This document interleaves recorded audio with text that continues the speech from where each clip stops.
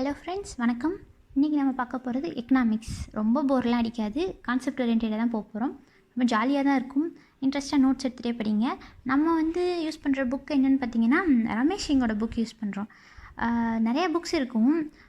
Shankar Ganesh book அந்த மாதிரி நிறையா புக்ஸ் இருக்கும். நீங்கள் ஆன்லைனில் வாங்கணுன்னாலும் வாங்கலாம், இல்லை நேரில் போய் வாங்கினாலும் பெட்டராக தான் இருக்கும். ரேட்டெல்லாம் கிட்டத்தட்ட சிமிலராக தான் இருக்கும். இபுக் அப்படின்னு எடுத்துட்டிங்கன்னா உங்களுக்கு எல்லாமே பிடிஎஃப்பில் கிடச்சிரும். ஆன்லைனில் பார்க்கும்போது எல்லாமே கிடச்சிரும். பிடிஎஃப் வேணும் அப்படின்னா, இல்லை நீங்கள் அதுவுமே பே பண்ணி வாங்கணும் அப்படின்னா கூட வாங்கலாம். நீங்களே பார்த்துருப்பீங்க, நிறைய இடத்துல இருக்கும். முடிஞ்ச வரைக்கும் நீங்கள் பேப்பர் பேக்காகவே வாங்கிட்டிங்கன்னா ஓகே.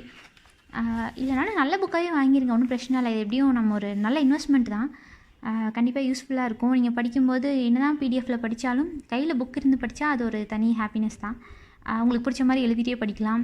நோட்ஸுக்கு தனியாக நோட் எடுத்து எழுத வேணாம், புக்லேயே நீங்கள் எழுதிட்டிங்கன்னா டைமும் ரொம்ப சேவ் ஆகும். புக் இருந்தால் எப்பவுமே பெட்டர் தான். ஓகே, நம்ம இன்னைக்கு கிளாஸ்க்குள்ளே போகலாம். ஃபஸ்ட்டு இன்ட்ரடக்ஷன் பார்க்கலாம். அதாவது எக்கனாமிக்ஸ் அப்படின்னா என்ன அப்படின்னு பார்த்தீங்கன்னா, அது ஒன்றும் இல்லை, குட்ஸ் அண்ட் சர்வீஸை பற்றி படிக்கிற ஒரு சப்ஜெக்ட் தான் எக்கனாமிக்ஸ். அதாவது அந்த குட்ஸ் அண்ட் சர்வீஸ் எப்படி ப்ரொடியூஸ் பண்ணுறாங்க, டிஸ்ட்ரிபியூட் பண்ணுறாங்க, கன்சியூம் பண்ணுறாங்க, இதை பற்றி தெரிஞ்சுக்கிறது தான் எக்கனாமிக்ஸ். இந்த சாப்டர் பொறுத்த வரைக்கும் ரொம்ப இன்ட்ரெஸ்டிங்காக தான் இருக்கும். நம்ம ஷார்ட் அண்ட் ஸ்வீட்டாகவே பார்த்துருவோம். ரொம்ப கிறிஸ்பியாக, ரொம்ப நம்ம டீப்பாக போகலாம். பட் போனாலும் உங்களுக்கு போர் அடிக்காத அளவுக்கு நம்ம கொண்டு போகலாம், நம்பி கேட்கலாம். ஓகேவா?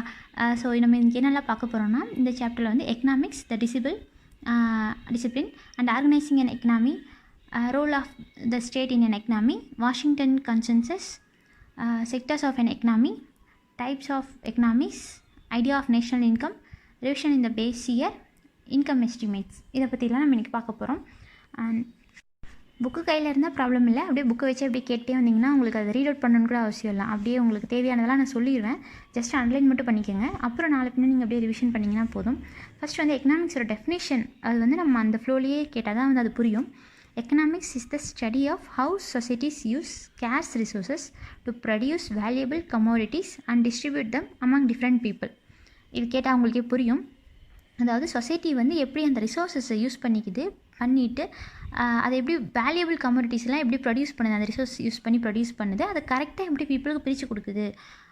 So different types of people எல்லோரும் இருப்பாங்களா, அவங்க எல்லாருக்கும் தேவையான அளவுக்கு எப்படி கொடுக்குது, அதை பற்றி சொல்கிறது தான் எக்கனாமிக்ஸ்னு சொல்கிறாங்க. இன்னொரு definition how individuals, firms, governments and other organizations within our society make choices and how these choices determine a society's use of its resources. அதாவது இந்த இண்டிவிஜுவல்ஸு, ஃபிம்ஸு, கவர்மெண்ட்ஸு, ஆர்கனைசேஷன் இவங்கெல்லாம் இருக்காங்களா, இவங்களாம் ஒரு சொசைட்டியில் இருக்காங்கன்னா இவங்கெல்லாம் எப்படி சாய்ஸ் மேக் பண்ணி அந்த சாய்ஸை வச்சு டிட்டர்மைன் பண்ணுறாங்க ரிசோர்ஸஸ் பற்றி. அதாவது என்ன சொல்ல வராங்கன்னா, நம்ம ஹியூமன் லைஃப்னு பார்த்திங்கன்னா நம்ம நிறையா ஒரு மெட்டீரியல்ஸை கன்சியூம் பண்ணிட்டே இருப்போம். அதுக்கு நம்மளுக்கு ஆசைங்களும் நிறையா இருந்துகிட்டே இருக்கும். அதுக்கு ஒரு லிமிட்டே இருக்காது. இது வேணும்னா இதுக்கப்புறம் அது வாங்கணும், அதுக்கப்புறம் இது வாங்கணும் அப்படின்னு இருந்துகிட்டே இருக்கும். ஸோ நம்ம ரிசோர்ஸஸ் லிமிட்டடாக தான் இருக்குது. நம்ம நினச்சதெல்லாம் பண்ண முடியும் அப்படின்னு நம்ம சொல்ல முடியாது.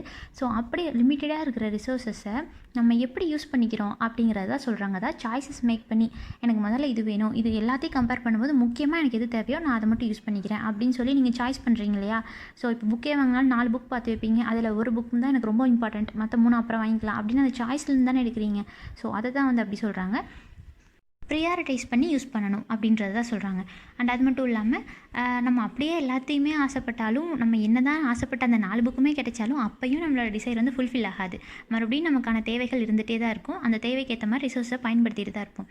ஸோ அதான் அந்த டெஃபினிஷனில் சொல்கிறாங்க. அண்ட் முன்னாடி பார்த்த டெஃபினிஷன் இருக்கு இல்லையா, how societies use scarce resource to produce valuable commodities and distribute them among different பீப்புள்னு பார்த்தோம்ல. அதில் என்ன சொல்கிறாங்கன்னா, அதாவது இந்த கூட்ஸ் ஸ்கேர்ஸாக இருக்குது, அது சொசைட்டி தான் கரெக்டாக அந்த ரிசோர்ஸை எஃபிஷியண்ட்டாக யூஸ் பண்ண தெரிஞ்சுக்கணும் அப்படின்ற மாதிரி சொல்கிறாங்க. எக்கனாமிக்ஸ் பேசிக்காக யாரெல்லாம் படிப்பாங்க அப்படிங்கிறத பற்றி ஒரு சின்ன இன்ட்ரோ கொடுத்துருக்காங்க. அதாவது டெவலப்பிங் நேஷன், டெவலப்டு நேஷன்லாம் சொல்கிறோம்ல, அவங்கெல்லாம் படிக்கும்போது எப்படி படிப்பாங்கன்னா, டெவலப்ட் நேஷன் பணம் சம்பாதிக்கிறதுக்காக எக்கனாமிக்ஸோட அறிவை இன்னும் வளர்த்துக்கணும்னு நினைப்பாங்க. இதே டெவலப்பிங் நேஷனில் இருக்கவங்க, டெவலப்பிங் வேர்ல்டு எக்கனாமிக்ஸ், டெவலப்பிங்கில் இருக்கவங்க இந்த வேர்ல்டு எக்கனாமிக்ஸை பற்றி தெரிஞ்சுக்கணும் அப்படின்னு நினைப்பாங்க. இதை அப்ளை பண்ணணும் அப்படின்னு நினைக்கிறத விட தெரிஞ்சு வச்சுக்கணும் அப்படின்ற மாதிரி. அதை விட இன்னும் எக்கனாமிக்ஸை டீப்பாக படிக்கிறவங்க எதை பற்றிலாம் படிப்பாங்கன்னா, இந்த poverty, unemployment, human development, shares, debentures, banking norms, prices, movements, commerce, இதை பற்றிலாம் இன்னும் நிறையா தெரிஞ்சுக்கணும் அப்படின்னு சொல்லி ஜஸ்ட் அவங்க நாலேஜ் வளர்த்துக்கிறதுக்காக தெரிஞ்சுக்கணும் அப்படின்னு சொல்லி படிப்பாங்க. ஸோ பேசிக்காக பார்த்தா இவ்வளோ தான். அண்ட் முக்கியமானது நான் அப்படியே சொல்லிட்டே வரேன், அதை மட்டும் நீங்கள் அன்லைன் பண்ணிட்டே நோட்ஸ் இருந்தால் நோட்ஸ் எடுத்துகிட்டே வாங்க. இவ்வளோ தான் முக்கியமானது நான் சொல்கிறது. அண்ட் அடுத்து இப்போ மேன்கைண்டோட ஆக்டிவிட்டீஸ் தான் நம்ம வந்து எக்கனாமிக் ஆக்டிவிட்டீஸ்னு சொல்கிறாங்க இல்லையா. அதாவது பொதுவாக மேன்கைண்ட் ஆக்டிவிட்டீஸை தனித்தனியாக பிரித்து பார்ப்பாங்க. அதில் எக்கனாமிக் ஆக்டிவிட்டீஸை பற்றி படிக்கிறது எக்கனாமிக்ஸ்னு சொல்கிறாங்க. இப்போ பொலிட்டிக்கல், சோசியல், அட்மினிஸ்ட்ரேட்டிவ் இதை பற்றி இந்த ஆக்டிவிட்டீஸ் பற்றிலாம் படிக்கிறது பொலிட்டிக்கல் சயின்ஸ் அப்படிம்பாங்க. ஸோ இந்த மாதிரி எக்ஸெட்ரா நிறையா படிப்பு இருக்குது. இப்போ வந்து நம்ம எந்த ஆக்டிவிட்டீஸ் மேன்கைண்டோட எந்தெந்த ஆக்டிவிட்டீஸை எக்கனாமிக் ஆக்டிவிட்டீஸுங்கிற லிஸ்ட்டில் கொண்டு வருவோம் அப்படின்னு சொல்கிறாங்க. இந்த profit, loss, livelihood, occupation, wage, employment இந்த மாதிரி விஷயங்களெல்லாம் எக்கனாமிக் ஆக்டிவிட்டீஸில் கொண்டு வரோம். பட் இதெல்லாம் நீங்கள் தெரிஞ்சுக்க ஆரம்பிக்கும் போது உங்களுக்கே சில கொஷின்ஸ் எல்லாம் இருக்கும்ல ஆல்ரெடி மனசுக்குள்ளே. அதாவது சிலர் வந்து ஃபியூயல் எஃபிஷியண்ட்டான கார்ஸ் யூஸ் பண்ணி போவாங்க, மற்றவங்களாம் ஃபியூயல் கஸ்லிங் ஸ்போர்ட்ஸ் கார் யூஸ் பண்ணுவாங்க. அதாவது அவங்ககிட்ட காசு நிறையா இருக்கும், இவங்ககிட்ட கம்மியாக இருக்கும். ஸோ ஒரு பட்ஜெட் போட்டிருப்பாங்க. அண்ட் அது மட்டும் இல்லாமல் புவர் எப்பவுமே புவராக இருப்பாங்க, ரிச் எப்பவுமே ரிச்சாகவே இருப்பாங்க. இந்த குளோபலைசேஷன் ப்ராசஸ் வந்துட்டு இந்த புவர் ரிச் அப்படின்னு அந்த டிவைட் இருக்குல்ல, இதை வந்து சரிப்படுத்த முடியுமா, வேர்ல்டில் வந்து இப்படி சரியாக ஆர்கனைஸ் பண்ண முடியுமா அப்படின்னு சொல்லி நிறையா விஷயங்கள் இது நீங்கள் உள்ள இன்னும் டீப்பாக தெரிஞ்சுக்க உங்களுக்கு ஏகப்பட்ட கொஷின்ஸ் வர ஆரம்பிக்கும். ஆல்ரெடி மனசில் இந்த கொஷின்ஸுக்கு ஆன்சரும் கிடைக்கும், புதுசாக நிறைய கொஷின்ஸும் வர ஆரம்பிக்கும்னு சொல்கிறாங்க. இப்போ வந்து எக்கனாமிக்ஸ் இப்போ இன்ட்ரோடக்ஷன் பார்த்துட்டோம். அடுத்து அப்படியே எக்கனாமிக்ஸ் அந்த எக்கனாமி பார்க்க போகிறோம். எக்கனாமிக்ஸ்னால் என்ன, எக்கனாமினா என்ன, அது ரிலேஷன் என்ன, ரிலேஷன்ஷிப் என்ன அப்படின்னு சொல்லி சொல்கிறாங்க. எக்கனாமிக்ஸ்னால் என்னென்னா அது ஜஸ்ட் தியரியாக சொல்கிறது. அதாவது இப்படி இருக்கணும், இப்படி இருந்தால் இது வந்து சரி பண்ணலாம் அப்படின்னு அப்போவே சொல்லியிருப்பாங்க இல்லையா. சில தியரிஸ் எல்லாம் ப்ரப்போஸ் பண்ணியிருப்பாங்க. அதான் வந்து எக்கனாமிக்ஸ். அதாவது economics will come out with theories of market, employment etcetera இதெல்லாம் வந்து சொல்கிறது. எக்கனாமி அப்படின்னா அவங்க ப்ரப்போஸ் பண்ணாங்களே தியரி, அதை வந்து நம்ம அப்ளை பண்ணி நம்ம பார்க்குறது. சிலது வந்து சக்ஸஸாகவும் ஆகும், சிலது வந்து இன்னும் கொஞ்சம் பெட்டராக பண்ணணும் அப்படின்னு சொல்லுவாங்க. நம்ம இன்னும் டீப்பாக பின்னாடி அதை பற்றிலாம் நீங்களும் பார்ப்பீங்க. ஸோ எக்கனாமிக்ஸ் அப்படின்னா பார்த்துட்டோம். இப்போ எக்கனாமினா என்ன, real picture of the things which emerges after the application of those theories. இன்னும் சிம்பிளாக சொல்லணும்னா எக்கனாமிக்ஸ் அப்படிங்கிறது ஒரு தியரி, எக்கனாமி அப்படிங்கிறது ஒரு ப்ராக்டிஸ், அவ்வளோதான். அந்த தியரியே வந்து எப்படி நம்ம தெரிஞ்சுக்கிட்டோம் அப்படின்னு பார்த்தீங்கன்னா ஹியூமன் பிஹேவியர்னால தான். இந்த எக்கனாமிக் பிஹேவியர் ஆஃப் ஹியூமன் பீயிங்ஸை வச்சு தான் அதுவே வந்து தெரிஞ்சுக்கிறாங்க. அந்த எக்கனாமினா ரியல் பிக்சர்னு சொன்னோம் இல்லையா, அதை எப்படி சொல்கிறாங்கன்னா economics at play in a certain region. அதாவது ஒரு ரீஜனில் நடக்கிற அந்த எக்கனாமிக்ஸை பற்றி சொல்கிறது தான் எக்கனாமி அப்படிங்கிறது. ஃபார் எக்ஸாம்பிள் அப்படின்னு பார்த்தீங்கன்னா இந்தியன் எக்கனாமி சொல்லுவோம், ரஷ்யன் எக்கனாமி சொல்லுவோம், ஃப்ரெஞ்ச் எக்கனாமி, இப்படி எல்லா ஒரு நேஷனுக்கும் ஒரு ரீஜனுக்கும் ஒரு எக்கனாமி நேம் வரும். எக்கனாமிக்ஸ்னால் ஒன்றுமே இல்லை, இந்த ஒரு அங்கே நடக்கிற ஒரு விஷயத்தை நம்ம ரியல் பிக்சராக சொல்கிறோம். அந்த எக்கனாமிக்ஸை ஒரு ரியல் பிக்சர் தான் அந்த எக்கனாமி. அதாவது அந்த கண்ட்ரியினுடைய நேமுக்கு பின்னாடி அது வரும்போது தான் அதுக்கான முழு அர்த்தமே கிடைக்கிதுன்னு சொல்கிறாங்க. ஒரு ரீஜன் பின்னாடியோ இல்லை ஒரு பிளாக் பின்னாடியோ அப்படி வரும்போது தான் அதுக்கான அர்த்தமே இருக்குது. தனியாக எக்கனாமி அப்படின்னா அதுக்கு பெருசாக எந்த மீனிங்கும் வராது. So it means nothing. இப்போ நம்ம டெவலப்டு எக்கனாமிக்ஸ் அப்படின்னு நம்ம படிக்கிறோம் அப்படின்னா அது வந்து டெவலப்டு கண்ட்ரிஸை மீன் பண்ணுற அந்த எக்கனாமிக்ஸ், அதுதான் வந்து டெவலப்டு எக்கனாமிக்ஸ் நம்ம படிக்கிறோம். எக்கனாமிஸ்ட்னு சொல்லுவோம் இல்லையா, அவங்களாம் தியரி வந்து ப்ரப்போஸ் பண்ணியிருப்பாங்க ஆல்ரெடி. இந்த எக்கனாமி வந்து எவல்யூஷன் நடந்துகிட்ருக்குள்ள, அந்த எக்கனாமிக்ஸோட எவல்யூஷன் நடக்கும்போது இந்த தியரிஸ் சொல்லியிருப்பாங்க. ஒரு ஃபிக்ஸ்ட் நம்பர் ஆஃப் தியரிஸும் methods of solving those economic challenges பற்றியும் சொல்லியிருப்பாங்க. அதாவது ஒரு கண்ட்ரி இருக்குன்னா அந்த கண்ட்ரியில் சம் எக்கனாமிக் சேலஞ்சஸ் வருது. அப்படி வரும்போது அவங்க என்ன செய்வாங்கன்னா ஆல்ரெடி ப்ரப்போஸ் பண்ணியிருக்காங்கல்ல, நல்லா ஒரு எக்கனாமிஸ்ட்டு நல்லா அதை பற்றி தெரிஞ்சவங்க நிறைய விஷயம் சொல்லிட்டு போயிருப்பாங்க. அது அந்த ஃபிக்ஸ் நம்பர் ஆஃப் தியரிஸ் அதை தான் அவங்க யூஸ் பண்ணி சால்வ் பண்ண ட்ரை பண்ணுவாங்க. இப்போ 2 கண்ட்ரி இருக்குன்னா ரெண்டுமே ஒன்றே எடுத்து ட்ரை பண்ணி பார்க்குது.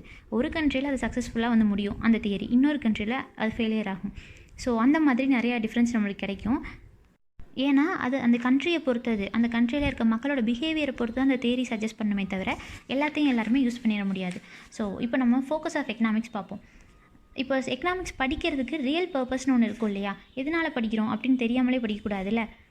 அது ரொம்ப சிம்பிள் தான். அதாவது betterment of human life on earth, இதை சொல்கிறது தான் வந்து எக்கனாமிக்ஸ். அதுக்காக மட்டும் தான் நம்ம படிக்கிறோம். அதை வந்து நம்ம இன்னும் டீப்பாக சொல்லிகிட்ருக்கோம், அவ்வளோதான். நம்மளோட வாழ்வாதாரம் உயர்றதுக்காக இதெல்லாம் நம்ம தெரிஞ்சுக்கிறோம். Improving living conditions of the humanity at large has been the real and ultimate goal of this discipline. ஓகேவா, அந்த நிறைய எக்கனாமிஸ்டெல்லாம் அது சொன்னாங்கன்னு சொன்னோம் இல்லையா, அதில் ரொம்ப ஃபேமஸான ஒருத்தர், முதல்ல சொன்ன ஒருத்தர் அப்படின்னு பார்த்தா அந்த ஸ்காட்டிஷ் ஃபிலாசபர் எக்கனாமிஸ்ட். அவர் யாருன்னா ஆடம் ஸ்மித். இவர் வந்து வெல்த் ஆஃப் த நேஷன் அப்படின்னு ஒன்று எழுதியிருந்தார் 1776. அதுதான் வந்து ரொம்ப ஃபஸ்ட்டு ஒன் அண்ட் ஃபேமஸ் ஆனவரும் இவர் தான். ஸோ அந்த தியரி வந்து ரொம்ப ஃபேமஸாக எல்லாருமே வந்து அடாப்ட் பண்ண ஆரம்பித்தாங்க. அதுக்கப்புறம் அந்த பெட்டர்மெண்ட்டாக நிறையாவும் வர ஆரம்பிச்சிது. இன்னும் நிறையா அதோட அப்டேட்டட் வெர்ஷன் அந்த மாதிரிலாம் நிறையா கொண்டு வர ஆரம்பித்தாங்க. பட் சிமிலரானு பார்த்திங்கன்னா எக்கனாமிக்ஸ்க்கும் எக்கனாமிஸ்ட்டுக்கும் ஒரு காமனான கோல் ஒன்று இருக்கும். அதுதான் வந்து அதாவது அந்த பாசிபிள் ஆல்டர்னேட்டிவ் அதை வந்து சர்ச் பண்ணிட்டே இருப்பாங்க. ஒரு ஹியூமன் லைஃப் இருக்குன்னா அந்த ஹியூமன் லைஃபோட பெட்டர்மெண்ட்டுக்காக இன்னும் என்னெல்லாம் பண்ணலாம், அதை மேம்படுத்துறதுக்கு நம்ம என்னெல்லாம் இன்னும் முயற்சி எடுக்கலாம் அப்படிங்கிறத வந்து எப்போவுமே தேடிக்கிட்டே இருப்பாங்க. Searching for possible alternatives for the betterment of human life. அதான் வந்து பேசிக்கான ஒரு சிமிலாரிட்டி. அவங்க 2 பேருக்குமே வந்து காமனான ஒரு கோல் அப்படின்னா அதுதான். ஸோ சேலஞ்சஸ் ஆஃப் எக்கனாமிக்ஸ் பார்ப்போம் அடுத்தது. மெயினான ஒரு சேலஞ்ச் என்னென்னா to fulfil the needs of its population. நம்ம பாப்புலேஷனுங்கிறது வந்து பயங்கரமாக போய்கிட்டுருக்கு, முன்னாடி விட அதிகமாகிட்டே தான் போயிட்டுருக்கு, எப்போவுமே அதிகமாக தான் ஆகும். என்ன தான் டெத் ரேட் பர்த் ரேட் அப்படிலாம் நம்ம கம்பேர் பண்ணாலும் பாப்புலேஷன் எப்போவுமே அதிகத்தில் தான் போகும். ஸோ அப்படி இருக்கும்போது எல்லாரையுமே சாட்டிஸ்ஃபை பண்ணுறது வந்து நடக்கக்கூடிய ஒரு விஷயமா, அது வந்து மிகப்பெரிய ஒரு சேலஞ்ச் தானே. அந்த பாப்புலேஷன் வந்து சர்வைவ் ஆகிறதுக்கும் அவங்க நல்லா வாழ்கிறதுக்கும் ரெண்டுக்குமே வந்துட்டு கூட்ஸ் அண்ட் சர்வீசஸ் எல்லாமே தேவைப்படும். கூட்ஸ் அப்படிங்கிறது வந்து பேசிக்கான நீட்ஸ், அதாவது ஃபுட்டு, ஷெல்ட்ரு, கார்மெண்ட்ஸ் அதெல்லாம். அண்ட் அதே நேரம் அது மட்டும் இல்லாமல் அது கூட சேர்த்து ஸ்டார்டிங்கில் ஃபுட்டு, ஷெல்ட்ரு, கார்மெண்ட்ஸ் இருந்தால் போதும் மனுஷன் வாழ்ந்துருவான் அப்படின்ட்டு சொல்லிட்டு இருந்த காலம்லாம் போய் இப்போ ரெஃப்ரிஜிரேட்டர், ஏர் கண்டிஷனர்ஸ், கார், மெடிசன், கம்ப்யூட்டர் இதெல்லாம் இருந்தால் தான் வாழ முடியுங்கிற ரேஞ்சுக்கு வந்துட்டோம். ஸோ அது எல்லாமே வந்து கூட்ஸில் தான் வரும். சர்வீஸ் அப்படின்னு பார்த்திங்கன்னா ஹெல்த் கேர்லேருந்து ட்ரிங்கிங் வாட்டர் சப்ளை, எஜுகேஷன், அப்புறம் ஹைலி சொஃபஸ்டிகேட்டட் சர்வீசஸ்ன்னு பார்த்தா banking, insurance, airways, telephones, internet இது எல்லாம். ஸோ இந்த மாதிரி எல்லாமே வந்து கரெக்டாக அவங்களுக்கு கொடுக்கணும். அவங்களோட ஒரு வெல்பீயிங்க்கும் சர்வைவலுக்கும் நிச்சயமாக இது எல்லாமே தேவை. இப்போ அப்படி பார்க்கும்போது மொத்தம் வந்து நம்மளுக்கு 2 ஆஸ்பெக்ட்ஸ் இந்த சேலஞ்சஸில் வரும். என்னென்னு பார்த்தீங்கன்னா ஃபஸ்ட்டு பாப்புலேஷன், இவ்வளோ மக்களுக்கும் அவங்களுக்கு தேவையான கூட்ஸ் அண்ட் சர்வீசஸ் ப்ரொவைட் பண்ணுறதுங்கிறது ஒரு பெரிய சேலஞ்ச். செகண்ட் என்னென்னு பார்த்தீங்கன்னா presence of the supply network. இப்போது எல்லாமே ரெஃப்ரிஜிரேட்டர் ஆகட்டும், ஏர் கண்டிஷனர் ஆகட்டும், அதில் தயாரித்து கொடுக்கணும் இல்லையா. ஸோ அந்த சப்ளை நெட்வொர்க் வேணும்ல, அதுவுமே வந்து ஒரு பெரிய சேலஞ்ச் தான். ஏன்னா பாப்புலேஷன் அதிகமாக ஆக நம்மளுக்கு தேவைகள் அதிகமாகுது, அதுக்கேற்ற மாதிரி எல்லாமே அதிகமாக தான் நம்மளுக்கு தேவைப்படும், வளர்ந்துட்டு வரணும், எல்லா கம்பெனிஸும் நிறையா வரணும். ஸோ அப்படி எல்லாமே ஆரம்பிக்கணும் அப்படின்னா இன்வெஸ்ட்மெண்ட் எல்லாமே ஏதாவது செய்ய முடியுமா? நிச்சயமாக செய்ய முடியாது. ஸோ நம்ம ஏகப்பட்ட இன்வெஸ்ட்மெண்ட் பண்ணணும், நிறைய கம்பெனிஸ் ஓப்பன் பண்ணணும், அப்போ தான் இவங்க தேவைங்க எல்லாமே நம்ம பூர்த்தி பண்ண முடியும். அப்படி நம்ம இன்வெஸ்ட் பண்ணுறது வந்து யார் பண்ணுவா? கவர்மெண்ட் பண்ணுமா? ப்ரைவேட் செக்டர் பண்ணுவாங்களா? இல்லை ஃபாரினர்ஸ் பண்ணுவாங்களா? ஸோ இந்த விஷயம்லாம் நம்ம கிளியராக தெரிஞ்சால் தான் நம்ம மேற்கொண்டு இதை பற்றி சொல்ல முடியும். ஸோ அடுத்து நம்ம என்ன பார்க்க போகிறோம்னா டிஸ்ட்ரிபியூஷன் நெட்வொர்க் மாடல்ஸ். இப்போ நம்ம கேட்குற கொஷின்ஸ் எல்லாமே வந்து நெக்ஸ்ட் வர டாப்பிக்கில் அதுக்கான ஆன்சர் நம்மளுக்கே கிடைக்கும். அதனால தான் வந்து கொஷின் கேட்டுட்டு அடுத்த டாபிக் கொடுத்துருக்காங்க. ஸோ நம்மளும் அப்படியே அதை ஃபாலோ பண்ணி படித்தோன்னா தான் நம்மளுக்கு கொஞ்சம் புரியும் என்ன சொல்ல வராங்க அப்படிங்கிற ஒரு கான்செப்ட் வந்துட்டு. ஸோ டிஸ்ட்ரிபியூஷன் நெட்வொர்க் மாடலில் என்ன சொல்கிறாங்கன்னா இதில் வந்து 3 ஹிஸ்டாரிக்கல்லி எக்ஸிஸ்டிங் மாடல்ஸ் இருக்குது. அதாவது ஸ்டேட் மார்க்கெட் மிக்ஸ், இந்த மாதிரி 3 இருக்குது. இதில் வந்து ஃபஸ்ட் டைப் என்னென்னு பார்த்தீங்கன்னா ஸ்டேட், அதாவது கவர்மெண்ட் தான் இதுக்கு வந்து ஃபுல் அண்ட் ஃபுல் ரெஸ்பான்சிபிலிட்டி எடுத்து பண்ணிகிட்ருக்கோம். அதாவது மக்களுக்கு தேவையான ஒரு விஷயத்தை வந்து பேமெண்ட் இல்லாமல் கொடுக்கும், அதாவது ஃப்ரீயாக கொடுக்குற மாதிரி. ஃபார் எக்ஸாம்பிள் நம்ம தமிழ்நாடுன்னு பார்த்துட்டா கொடுத்துட்டு இருந்தாங்க இல்லையா, எல்லாமே கொடுத்தாங்க, டிவி அண்ட் எல்லாமே நிறைய விஷயம் கொடுத்தாங்க. ஸோ சொன்னால் சொல்லிட்டே போகலாம். ஸோ அந்த மாதிரி எல்லாமே கொடுத்துட்ருந்தாங்க, அதெல்லாமே வந்து ஃப்ரீயாக கொடுத்தாங்கல்ல. ஸோ அந்த மாதிரி பேமெண்ட் வாங்காமல் கன்சியூமர்கிட்ட கொடுக்கறது வந்து ஃபஸ்ட் டைப், அதாவது ஸ்டேட் பண்ணுற ஒரு வேலை. இதுக்கு ஃபார் எக்ஸாம்பிள்னு பார்த்தீங்கன்னா ஃபார்மர் சோவியத் யூனியன் அப்படி தான் இருந்துச்சு, அண்ட் கம்யூனிஸ்ட் சைனா இதெல்லாமே வந்து ஒரு எக்ஸாம்பிளாக இருந்துச்சு. செகண்ட் கேட்டகரினா இது வந்து மார்க்கெட் மோட் ஆஃப் டிஸ்ட்ரிபியூஷன் சொல்கிறது. மார்க்கெட்னா அதாவது ஓப்பன் மார்க்கெட்டில் தான் வந்து இதனுடைய ப்ரைஸஸ் எல்லாம் டிட்டர்மைன் ஆகும். டிமாண்ட் அண்ட் சப்ளையை பொறுத்து, டிமாண்ட் எவ்வளோ இருக்குது, சப்ளை எவ்வளோ இருக்குது அப்படிங்கிறத பொறுத்து இந்த ஓப்பன் மார்க்கெட்டில் ப்ரைஸஸ் வந்து அலோகேட் பண்ணுவாங்க. இப்படி தான் இவ்வளோ தான் ப்ரைஸ் வைக்கணும் அப்படிங்கிறது. இது வந்து கேபிட்டலிஸ்ட் எக்கனாமிஸ்லலாம் இதை வந்து யூஸ் பண்ணிட்டுருந்தாங்க. முக்கியமாக இந்த ஈரோ அமெரிக்காவில் இருக்குல்ல, அங்கெல்லாம் வந்து இந்த மெத்தட் தான். And third and most prevalent mode of distribution பார்த்தீங்கன்னா ஸ்டேட் மார்க்கெட் மிக்ஸ், அதாவது 2 பேரும் சேர்ந்து பண்ணுவாங்க. இது வந்து அந்த 2 சிஸ்டமும் யூஸ் பண்ணி அதனோட எக்ஸ்பீரியன்ஸில் பிறந்தது தான் இந்த சிஸ்டம். 2 பேரும் சேர்ந்து பண்ணால் எப்படி வரும், நம்ம 2 பேர் தனித்தனியாக பண்ணி பார்த்துட்டோம், அதை விட இது பெட்டராக இருக்குமா அப்படின்னு பண்ணது தான் இது. இதில் என்ன பண்ணுவாங்கன்னா கூட்ஸ் அண்ட் சர்வீசஸ் வந்துட்டு ஃப்ரீயாக கொடுப்பாங்க, அதர்வைஸ் சப்சிடைஸ்டு ப்ரைஸஸில் கொடுப்பாங்க. ஸ்டேட் வந்து கொஞ்சம் அமௌண்ட்டெல்லாம் கம்மி பண்ணி கொடுக்கும்ல, சப்சிடைஸ் பண்ணி அந்த மாதிரி கொடுப்பாங்க. சிலது வந்து ஃப்ரீயாகவே மக்களுக்கு சப்ளை பண்ணிடுற மாதிரி பண்ணிடுவாங்க. அந்த சப்சிடைஸ் பண்ணதுன்னா பாதி அமௌண்ட், அவங்க எவ்வளோ அமௌண்ட் சொல்கிறாங்களோ அவ்வளோ மட்டும் பே பண்ணால் போதும், அந்த மாதிரி. இப்போ மோஸ்ட்லி வேர்ல்டில் இருக்கிற நிறையா எக்கனாமிஸ் வந்து இந்த மாதிரி ஒரு சிஸ்டம் தான் ஃபாலோ பண்ணிட்டு வராங்க. இப்போ அடுத்து வந்து ஆர்கனைசிங் அண்ட் எக்கனாமி, அதாவது ஒரு எக்கனாமி ஆர்கனைஸ் பண்ணுறோம் சரியா. இப்போ ஆர்கனைஸ் பண்ணும்போது இது யாரோட பொறுப்பில் கொடுத்து ஆர்கனைஸ் பண்ணுவீங்க, ப்ரைவேட் கிட்டேயா இல்லை ஸ்டேட் கிட்டேயா? நம்ம எப்படி சொல்ல முடியும்? அதாவது நம்ம சொல்கிற விஷயம் வந்து ப்ரொடெக்ஷனை, இந்த எக்கனாமிக் தேவையான ஒரு ப்ரொடெக்ஷன் இருக்கு இல்லையா. ஸோ இந்த பொருளெல்லாம் நமக்கு தேவை, குட்ஸ் அண்ட் சர்வீசஸ்க்கு இதெல்லாம் வேணும், ஸோ இதெல்லாம் தயாரிக்கணும் அப்படின்னு அந்த ப்ரொடெக்ஷன் டிபார்ட்மெண்ட் இருக்குல்ல, இதை வந்து யார் பண்ணால் சரி வரும், ப்ரைவேட்டா ஸ்டேட்டா அப்படிங்கிற ஒரு கன்ஃபியூஷன் வந்து நிலவுது. ஸோ எகைன் என்ன பண்ணாங்கன்னா தனித்தனியாக பண்ணுறதை விட ஜாயிண்ட் எஃபோர்ட் போட்டோம்னா அதுக்கு ஒர்த் இருக்கும் கண்டிப்பாக அப்படின்னு சொல்லிட்டு ஸ்டேட்டும் ப்ரைவேட்டும் சேர்ந்து ஜாயிண்ட் எஃபோர்ட் போட்டு இந்த ப்ரொடெக்ஷன்லாம் பண்ணுறாங்க. ஸோ அதிலேருந்து 3 மாடல்ஸ் வந்து நம்மளுக்கு கிடச்சிருக்கு. எக்கனாமிக் சிஸ்டமில் ஒரு 3 மாடல்ஸ் எவால்வ் ஆகிருக்கு இது ஆரம்பித்த டைம்லேருந்து. அது என்னென்னா capitalistic economy, state economy, mixed economy. Capitalistic economy வந்து யார் ப்ரப்போஸ் பண்ண ஒரு விஷயம்னு பார்த்தீங்கன்னா ஆடம் ஸ்மித் வெல்த் ஆஃப் நேஷனில் சொல்லியிருந்தாருன்னு சொன்னோம் இல்லையா. அவர் வந்து 1723லேருந்து 1790 வரைக்கும் இருந்தார். ஸ்காட்டிஷ் ஃபிலாசபர்னு நம்ம பார்த்தோம். எக்கனாமிக்ஸ் ப்ரொஃபஸர், யூனிவர்சிட்டி ஆஃப் கிளாஸ்கோவில் இருந்தார், ஸ்காட்லாண்டில் இருக்குது. அங்கே இருந்தவர், அங்கே ஒர்க் பண்ணவர். அண்ட் அவர் தான் வந்து இதை பற்றின ஒரு தெளிவான ஒரு இதை எழுதியிருந்தார். நிறைய விஷயத்தை பற்றி அவர் பேசினார். கேபிட்டலிசம் பற்றி, அதில் எப்படி மக்கள் வந்து இருப்பாங்க அப்படிங்கிறத பற்றி. அது மட்டும் இல்லாமல் அவரோட ரைஸ் பண்ணார், அவரோட வாய்ஸை வந்துட்டு இந்த ஹெவி ஹேண்டட் கவர்மெண்ட்டுக்கு எகெயின்ஸ்டாக வந்து நிறையா பேசினார்.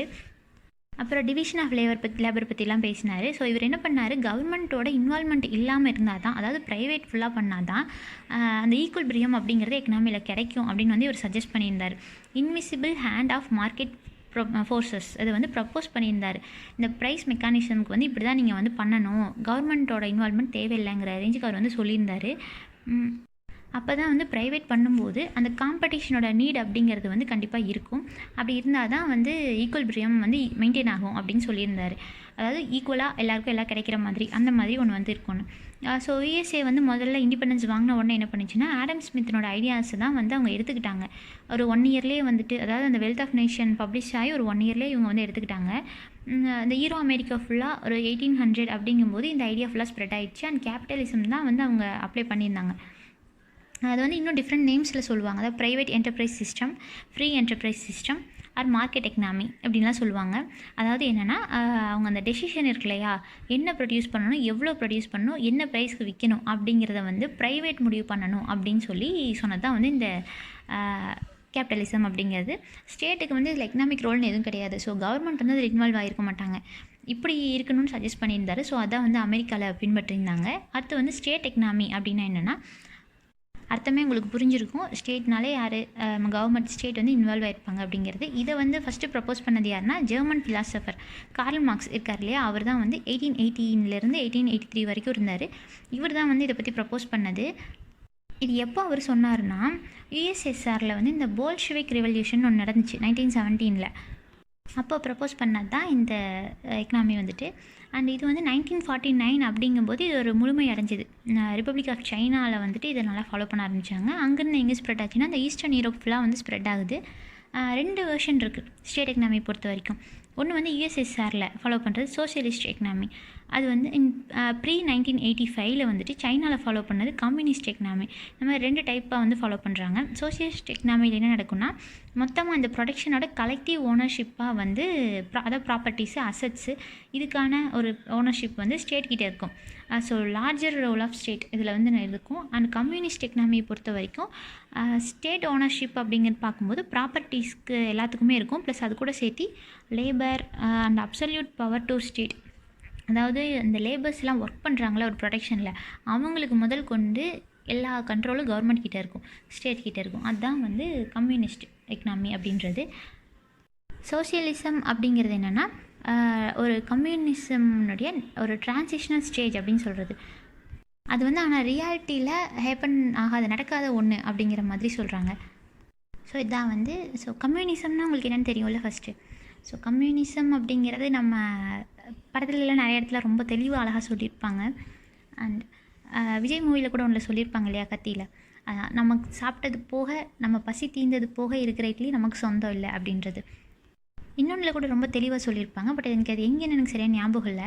பட் அந்த என்ன சொல்லியிருப்பாங்கன்னு பார்த்தீங்கன்னா, இப்போ ஒரு மரம் இருக்குது, அந்த மரத்தில் 100 மாம்பழம் இருக்குது, கீழே 100 பேர் நிற்கிறாங்க அப்படின்னா 100 பேருக்கும் ஆளுக்கு ஒன்றா கிடைச்சா கண்டிப்பாக எல்லாரோட பசியும் தீந்துடும். பட் அதில் ஒரு 20 பேர் மட்டும் அவங்களோட ஒரு பவரை யூஸ் பண்ணி வேக வேகமாக இருக்கிற 100ஐயும் பறிச்சுட்டு மீதி 80 பேரை பார்க்க வச்சுருப்பாங்க. அதாவது அவங்க பசியோடு இருப்பாங்க அப்படின்ற மாதிரி. ஸோ அப்படி அவங்க பசியோடு இருக்கும்போது போய் அவங்கக்கிட்ட கையேந்தி நிற்பாங்க, கொடுங்க அப்படின்னு சொல்லி, லைக் பிச்சை கேட்குற மாதிரி. என்கிட்ட இல்லை, உங்களுக்கு கொடுங்கன்னு இவங்க கேட்கும்போதே வந்து இவங்க அது வந்து அவங்களோட ஒரு திறமை அப்படின்னு சொன்னாலும், பட் இருந்தாலும் இது நேச்சராக கிடச்சிருந்தாலே எல்லாருக்கும் கிடைக்க வேண்டியது. பட் வேகமாக இவங்க எடுத்துட்டாங்க அப்படின்னு. அண்ட் அதை விட என்ன செய்வாங்கன்னா, அந்த எடுத்தாங்க இல்லையா, அவங்க வந்து அந்த பழத்தை வச்சு மறுபடியும் 5 மரம் நட்டுவாங்க. நட்டி அந்த மீதி 80 பேர் இருக்காங்களே பழம் கிடைக்காதவங்க, அவங்கள அதில் வேலை செய்ய சொல்லி அதுக்கு சம்பளமாக அவங்களுக்கு நேர்மையாக கிடைக்க வேண்டிய அந்த பழத்தையே கொடுப்பாங்க. ஸோ அதாவது அவங்களுக்கு இன்னும் பழம் சேர்ந்துக்கிட்டே இருக்கும். அந்த 5 மரத்தில் இருக்கிற பழமும் மறுபடியும் சேரும். அது கூட சேர்த்து அந்த 80 பேருக்கு கிடைக்க வேண்டிய பழத்தில் எப்படியும் ஆளுக்கு ஒன்று கொடுத்து தானே ஆகணும், அதை வந்து சம்பளமாக கொடுப்பாங்க. இதுக்கு பேர் தான் வந்து கம்யூனிசம். புரிஞ்சுதா? இது ஆக்சுவலாக இதை ஒரு மூவியில் கூட சொல்லியிருப்பாங்க, ரொம்ப தெளிவாக சொல்லியிருப்பாங்க. ரொம்ப நிறையா நல்ல நல்ல விஷயங்கள்லாம் சொல்லியிருப்பாங்க நிறையா மூவிஸில். ஸோ நீங்கள் அதை பார்த்துருந்தீங்கன்னா உங்களுக்கு கண்டிப்பாக ஞாபகம் வந்திருக்கும். எனக்கு எதுலன்னு சரியான ஞாபகம் இல்லை, ரொம்ப பல வருஷம் முன்னாடி பார்த்தது ஒன்று. ஸோ அதை தான் வந்து கம்யூனிசம் அப்படின்னு சொல்லுவாங்க. ஸோ இப்போ இங்கே இந்த கதைக்கு வருவோம். ஸ்டேட் எக்கனாமி பார்த்துட்டு இருந்தோம் இல்லையா? ஸோ அதில் வந்து சோஷியலிஸ்ட் அண்ட் கம்யூனிஸ்ட் எக்கனாமிஸ் பற்றி பார்த்தோம். இதில் வந்து சோஷியலிஸ்ட் அப்படின்றதுல என்னென்னா டெசிஷன் அப்படிங்கிறது வந்துட்டு இந்த ப்ரொடக்ஷனை பற்றினது, சப்ளை அண்ட் ப்ரைஸஸ் பற்றின டெசிஷன்லாம் ஸ்டேட் எடுப்பாங்க. இது வந்து ஸ்டேட் எக்கனாமியில். அண்ட் அதை இன்னும் எப்படிலாம் சொல்லுவாங்கன்னு பார்த்தீங்கன்னா centralised economy, centrally plant economy, நான் மார்க்கெட் எக்கனாமி அப்படிங்கிற நேம்ஸ்லையும் இதை வந்து சொல்லுவாங்க. அண்ட் அடுத்து வந்து மிக்ஸ்டு எக்கனாமி. மிக்ஸ்டு எக்கனாமினா என்னென்னா, நம்ம ஆடம் ஸ்மித் சொல்லியிருப்பார்ல இன்விசிபிள் ஹேண்ட் அப்படின்னு சொல்லிட்டு, அது வந்து கொஞ்சம் பின்னடைவாகும் போது இந்த எக்கனாமி வந்து மேலே வர ஆரம்பிச்சிது. அதாவது செல்ஃப் கரெக்டிங் குவாலிட்டி அப்படிங்கிறது தான் அவர் ப்ரப்போஸ் பண்ண ஒரு விஷயமே. அதாவது ப்ரைவேட்டே பண்ணாலும் அவங்க வந்து அவங்களே அவங்கள திருத்திக்கிட்டு சரியாக பண்ணணும் அப்படிங்கிறத அவர் சொல்லியிருப்பார் ஆடம் ஸ்மித் வந்து. பட் அது வந்து 20th century ஸ்டார்டிங் அப்படிங்கும்போது கொஞ்சம் பேக்கில் போச்சு. ஒரு டிப்ரெஷனை சந்திச்சுது 1929 அப்படிங்கும்போது. அப்போ தான் வந்து அதாவது இந்த டிப்ரெஷன் எங்கேனா யூஎஸ்லேருந்து வெஸ்டர்ன் யூரோப் அந்த சைடு ஃபுல்லாகவே வந்துட்டு எப்படி ஒரு டிப்ரெஷன்னா அன்எம்ப்ளாய்மெண்ட்டுங்கிறது அதிகமாச்சு. அப்புறம் டிமாண்டோடது வந்து கொஞ்சம் டவுன்ஃபால் ஆக ஆரம்பிச்சிது. டிமாண்ட் அப்படிங்கிற ஒரு விஷயம் கம்மியாக ஆரம்பிச்சிது. அண்ட் அது மட்டும் இல்லாமல் எக்கனாமிக் ஆக்டிவிட்டீஸு, லாக் அவுட்ஸ் இதெல்லாம் இண்டஸ்ட்ரியலில் வந்து ரொம்ப ஒரு பெரிய பிரச்சனைகளை கொண்டு வந்துச்சு. ஸோ இதனால் என்னாச்சுன்னா இந்த ஸ்மித்தோனியன் மேக்ரோ ஐடியாஸ் அப்படிங்கிறது வந்து ஃபெயில் ஆக ஆரம்பிச்சிது. அந்த கிரைசிஸை வந்து மீட் பண்ணாமல் இருந்துச்சு. ஸோ நியூ அப்ரோச் ஒன்று வந்துச்சு. அது என்னென்னு பார்த்தீங்கன்னா general theory of employment, interest and money 1936. இது யார் சொன்னான்னா இங்கிலீஷ் எக்கனாமிஸ்ட், கேம்பிரிட்ஜ் யூனிவர்சிட்டியை சேர்ந்தவர். இவர் வந்து ஜான் மெய்னார்ட் கெய்னிஸ். இவர் வந்து 1883 1946 வரைக்கும் இருந்தார். இவர் என்ன சொல்லியிருந்தாருன்னா இன்விசிபிள் ஹேண்ட் அந்த ஒரு எக்கனாமி சொல்லியிருந்தார் இல்லையா ஆடம் ஸ்மித், அது வந்து ரொம்ப நல்ல விஷயந்தான், ஈக்குவல்பிரியமை கொண்டு வரும் எக்கனாமியில். பட் புவரை வந்து இன்னும் கஷ்டப்படுத்தி வேடிக்கை பார்க்கும் அப்படிங்கிற மாதிரி அவர் சொல்லியிருந்தார். பை ஸ்ட்ரகுலேட்டிங் த புவர் அப்படின்ற ஒரு விஷயத்தை அழுத்தி சொல்லியிருந்தார் அவர். அந்த எக்கனாமி வந்து ஈக்குவல்பிரியம் வந்தாலும் புவர் கஷ்டப்படுவாங்கன்னு. அது எப்படின்னு அவர் சஜஸ்ட் பண்ணுறாருன்னா ப்ரைஸஸ் அண்ட் வேஜஸ் வந்து ஃப்ளெக்சிபிளாக இல்லை, அதாவது ஒரு ஃப்ளெக்சிபிலிட்டி அதில் இல்லவே இல்லை, எல்லாருக்கும் எம்ப்ளாய்மெண்ட் கிடைக்கும் அப்படிங்கிற ஒரு விஷயமும் அதில் இல்லை. ஸோ கண்டிப்பாக வந்து நிறைய பீப்புள் அன்எம்ப்ளாய்டு ஆவாங்க. எப்போனா அந்த எக்கனாமி வந்து ஒரு பொட்டென்ஷியலில் ரீச் பண்ணும்போது நிறைய பீப்புள் வந்து அன்எம்ப்ளாய்டு ஆயிடுவாங்க.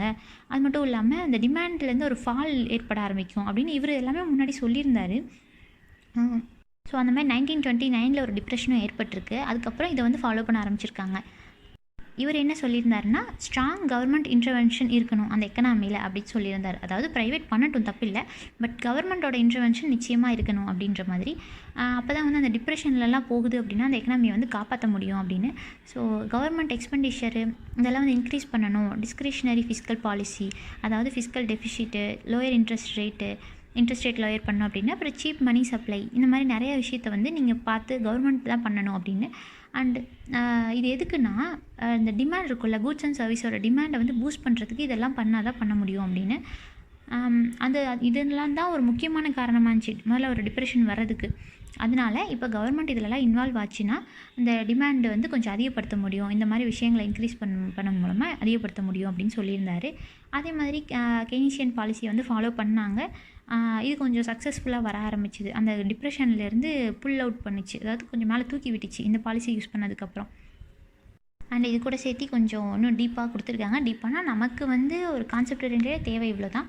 பட் இன்னும் படிக்கணுன்னா நீங்கள் அந்த ஸ்டோரி மாதிரி இருக்கிறது கூட ஒன்ஸ் ரீட் அவுட் பண்ணலாம். பட் அதெல்லாம் நம்ம பார்த்தோன்னா ரொம்ப நேரம் எடுக்கிற மாதிரி இருக்கும். ஸோ நம்ம முக்கியமானதுக்கு அடுத்தது போவோம். இப்போ role of state in economy அப்படின்னா என்னென்னு பார்ப்போம். அதாவது இந்த ஸ்டேட்னுடைய ரோல் ஒரு எக்கனாமியில் எப்படி இருக்கும் அப்படின்னு ஒரு 3 பாசிபிள் ரோல்ஸ் வந்து சொல்கிறாங்க. எப்படி இருந்தால் வந்து இதை பார்த்துக்க முடியும் அப்படின்ற மாதிரி.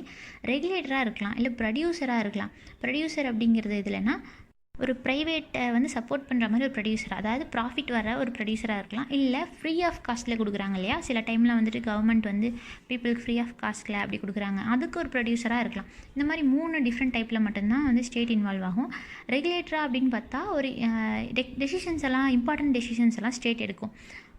அதாவது ஒரு பாலிசியை வந்து அனௌன்ஸ் பண்ணுறதோ இல்லை இம்ப்ளிமெண்ட் பண்ணுறது அண்ட் அதை வந்து கரெக்டாக கொண்டு போகிறது, கண்ட்ரோல் பண்ணி யாராவது அதை மீறி நடந்தால் அவங்கள பனிஷ் பண்ணுறது, இந்த மாதிரி எக்கனாமிக் டிசிஷன்ஸ் எல்லாம் வந்து கவர்மெண்ட் எடுக்கும், ஸ்டேட் எடுக்கும். அதான் வந்து ரெகுலேட்டர்.